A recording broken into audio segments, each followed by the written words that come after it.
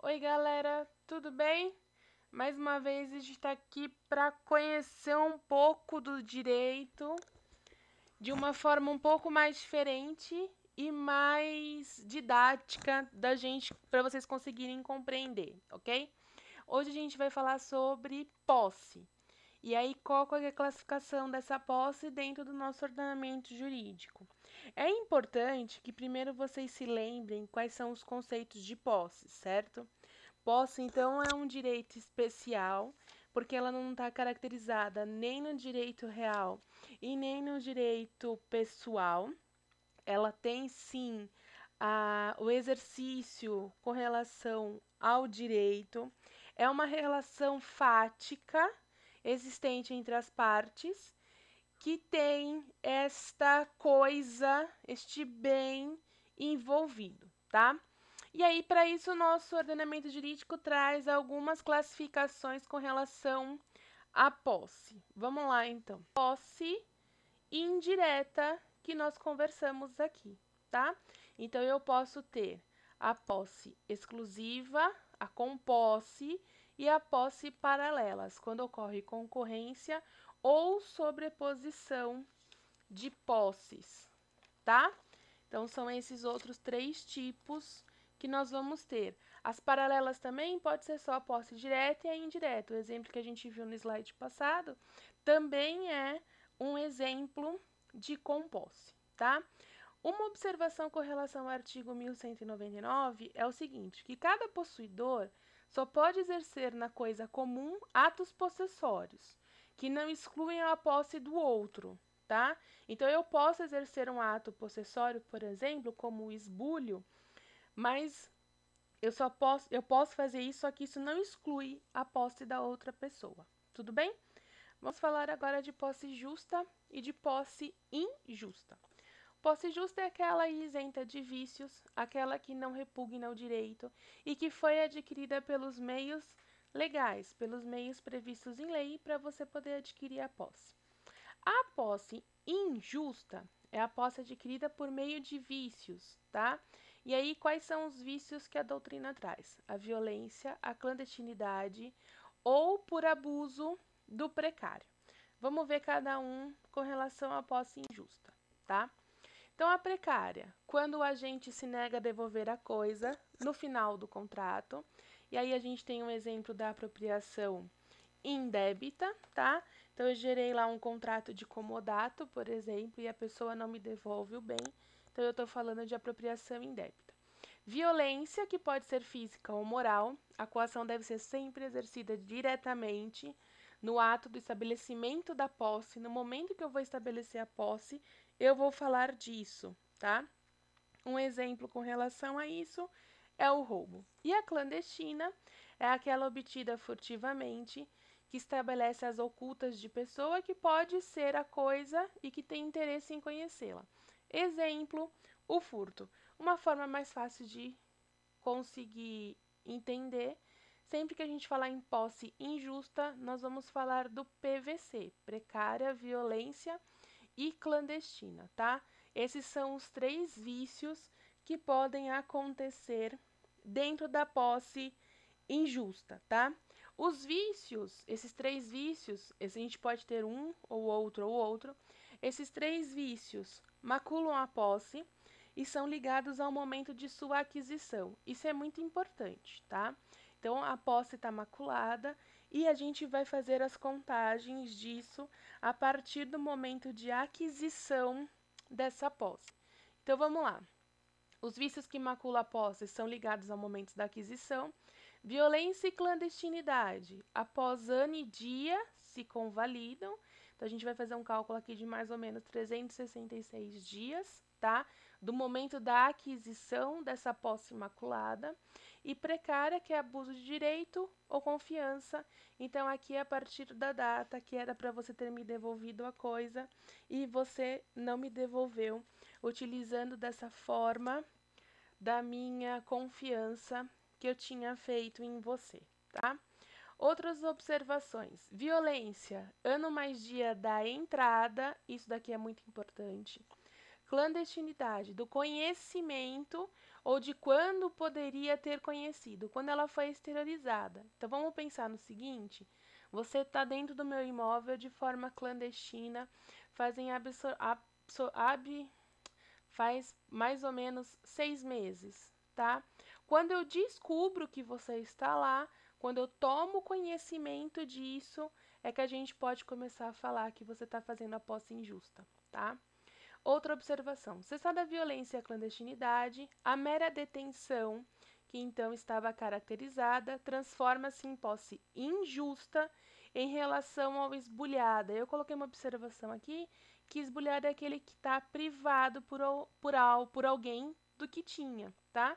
Então, quando eu cessar a violência e a clandestinidade, a mera detenção, que então estava caracterizada em posse injusta em relação ao esbulhado. Quem fala isso pra gente são os artigos 1210 e 1211 do Código Civil, tá? A posse passa a ser útil, surtindo todos os efeitos quando cessada a violência e a clandestinidade. Eu deixei aqui para vocês um QR Code para vocês darem uma olhadinha num vídeo de um outro colega que fala também sobre posse justa e posse injusta, para vocês pegarem também uma outra versão disso, tá? Vale a pena dar uma olhadinha no vídeo, é um vídeo de 1 minuto só, é uma coisa bem curtinha. Vamos falar então de boa-fé e de má-fé. A gente não pode esquecer que o nosso ordenamento jurídico ele é 100% baseado na boa-fé, tá? Então se ignora qualquer tipo de existência de vício na aquisição da posse. A má-fé é quando se tem conhecimento deste vício. Com relação à boa-fé, eu tenho algumas observações a serem feitas. Olha aqui. Não se pode considerar de boa-fé a posse de quem, por erro inexcusável ou por ignorância, desconhecer o vício que mina sua posse. Então, se porventura aconteceu algo que eu não sabia, que eu tinha uma ignorância com relação a isso, eu não posso alegar que eu adquiri a posse de boa-fé, tá? Não se pode considerar de boa-fé a posse por erro inexcusável ou por qualquer tipo de ignorância, tá? Então, se o possuidor tem consciência do vício e mesmo assim adquire isso, tá? Ele vai ser considerado possuidor de má-fé. A boa-fé ganha relevância com relação à posse, em se tratando da uso capião, dos frutos, das benfeitorias ou responsabilidade pela perda ou detenção. Então, quando a gente fala de boa-fé na posse, a gente verifica essa situação, por quê? Porque a gente vai precisar verificar se existiu ou não a uso capião, se teve frutos nessa posse, se teve benfeitorias nessa posse, e de quem que é a responsabilidade pela perda disso e de quem é responsável também pela detenção da coisa, tá? Aí a gente tem aqui uma seguinte situação. Vamos pensar num testamento de um bem imóvel, tá? Ignorando que o ato é nulo por alguma falha que possa ter existido, não obstante do vício, porque eu tenho essa falha, tendo a crença que adquiriu de forma legítima, o título defeituoso, mas aparentemente legal, produz efeitos, igual a um título perfeito. Então, o fato desse título possuir algum tipo de erro, tá? E eu tendo a crença, eu acreditando que eu estou recebendo aquilo ali de forma legítima, o título defeituoso, mas aparentemente legal, produz efeito igual a um título perfeito, tá? Artigo 1201, que fala da presunção da boa-fé. Falando em título, é bom a gente definir aí o que é um justo título, que a boa-fé e a má-fé fala bastante disso, né? É o que seria hábil para transmitir o domínio e a posse, se não contivesse nenhum vício impeditivo dessa transmissão. Então, por exemplo, uma escritura de compra e venda registrada é um título hábil para a transmissão de um bem imóvel, tá? E quando eu falo de vício, eu estou falando da precariedade, da violência e da clandestinidade. Com relação à má-fé, a jurisprudência tem dado algumas situações, entre elas que a citação para ação é uma das circunstâncias que transformam a posse de boa-fé em posse de má-fé, pois recebendo uma cópia da inicial, o possuidor tem ciência do vício. Então, a partir do momento que o possuidor está lá de má-fé dentro do imóvel, a partir do momento que ele é citado da existência de uma ação referente a essa posse de má-fé, a gente entende que ele tomou ciência do vício, o que ele acreditava que era de boa-fé, a partir de agora passa a ser de má-fé e a existência de uma ação judicial, tá? Essas são as minhas observações sobre posse de má-fé e posse de boa-fé. Posse nova e posse velha. Posse nova, menos de ano e dia, um exemplo, 364 dias. Posse velha, ano e dia, ou mais de ano e dia, 366 dias. Por que essa observação? Porque a gente viu lá atrás, quando que a gente precisa fazer a contagem, no caso da posse que tem a violência ou clandestinidade, tá? A gente precisa verificar se é uma posse nova ou se é uma posse velha que está acontecendo naquela situação, tudo bem? Posse natural, constituída pelo exercício de poderes de fato sobre a coisa. Então, a posse natural, ela decorre de um direito, por exemplo, um arremate num leilão. Um arremate no leilão é um direito que eu tenho de constituir essa posse, eu tenho poderes sobre essa coisa porque eu fiz o arremate, porque eu comprei a coisa naquele leilão. Posse civil ou posse jurídica é adquirida por força da lei, sem necessidade de atos físicos ou da apreensão material da coisa. E aí aqui eu tenho um gráfico, um exemplo para a gente dar uma olhadinha nessa posse civil ou jurídica, tá? Então vamos pensar no seguinte: uma vendedora celebra um contrato de compra e venda de um imóvel com uma compradora, tá? Então aqui nós temos uma situação, que é a situação do contrato jurídica. Outra classificação de posse que a gente tem, a posse ad interdicta, que é a que pode ser defendida pelos interditos, isto é, pelas ações possessórias, quando molestada, mas não conduz a uso capião.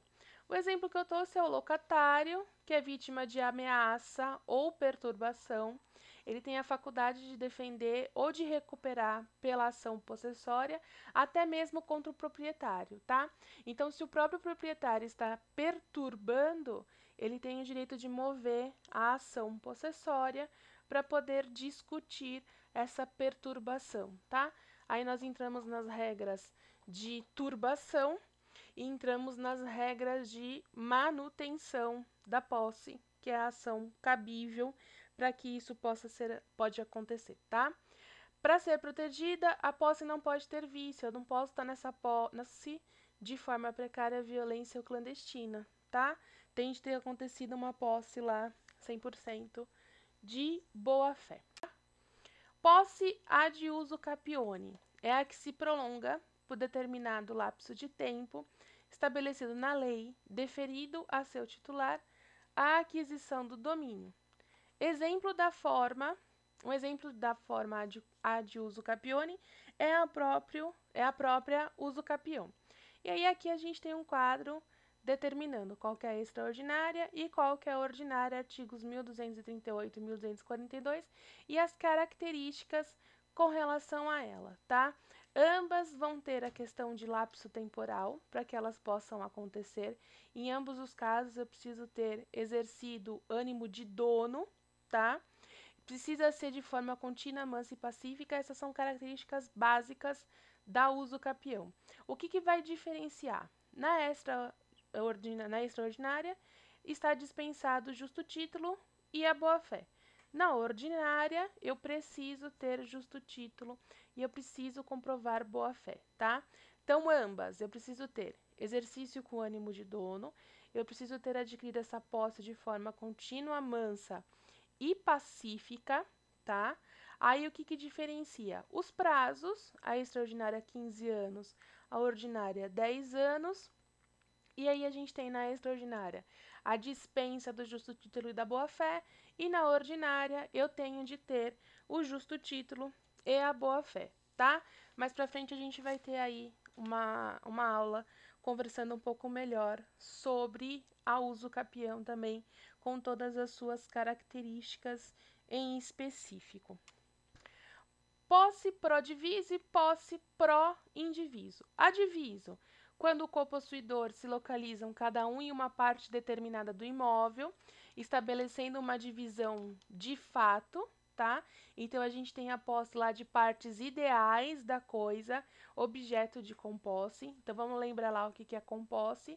Quando dois ou mais possuidores, de forma simultânea, exercem a posse sobre a mesma coisa, tá? E aí eu posso ter, então, a posse pró-diviso, quando o imóvel possui aí essa divisão. Então, cada um tem responsabilidade por partes determinadas do imóvel, tá? E a posse pró-indiviso, os copossuidores têm posse somente de partes ideais da coisa.